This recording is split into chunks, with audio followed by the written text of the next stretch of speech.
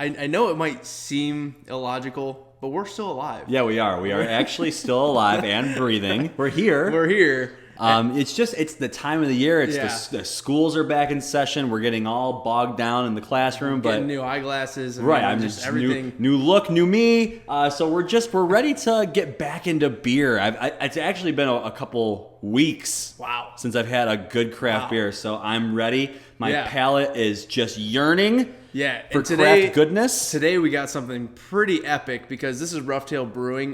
They sent us all their lineup of beers, their core lineup, and they were really specific about Hoptometrist being their favorite. So they sent us some Hoptometrist, and we're going to try it out for you today. I can't wait. Let's dive in. Glub, glub, glub, glub, glub, glub, glub, glub, glub, glub, glub.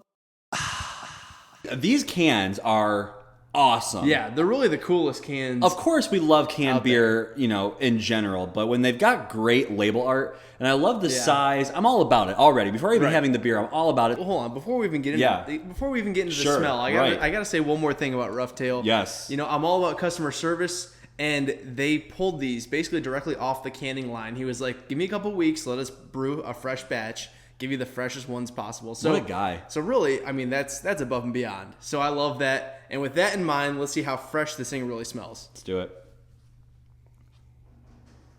Oh, it smells so nice. It's got this good just juiciness to it. I love this tropical kind of juicy, orangey, really orangey smell. I got a lot of like a spicy, peppery note or something. Yeah. It's getting up into the olfactory. I can almost feel it on my tongue.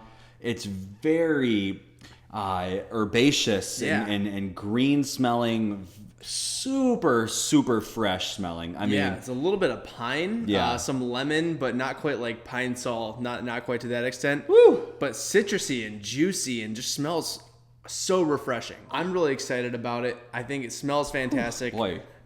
There's only one way to find out. There's really, truly only one. So let's take a sip and see what we think of Hoptometrist. Cheers. The first thing was a really nice balanced IPA. It had some good hop flavor, and it had some good like oranginess to it. Again, that citric note. But even after one sip, it's just like still bittering. Oh yeah. Still bittering. Oh yeah. Still bittering. It's almost like they're just like layering little bitter tiles on your tongue as you wait. Bitter tiles. Yeah, like little men on your tongue layering bitter tiles. Little bitter tile layer guy.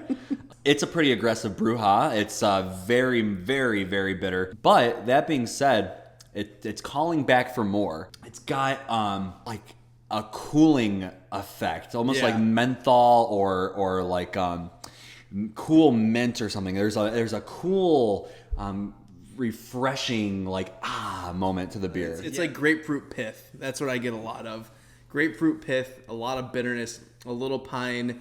I think grapefruit is a good... Some lemon, but grapefruit's the big one that I'm getting out of this. There's sort of like a resinous, sort of like, kind of a little dankiness to it, but boy, that is very interesting. In the world of IPAs where it's so hard to stand out, this one is definitely unique, very interesting.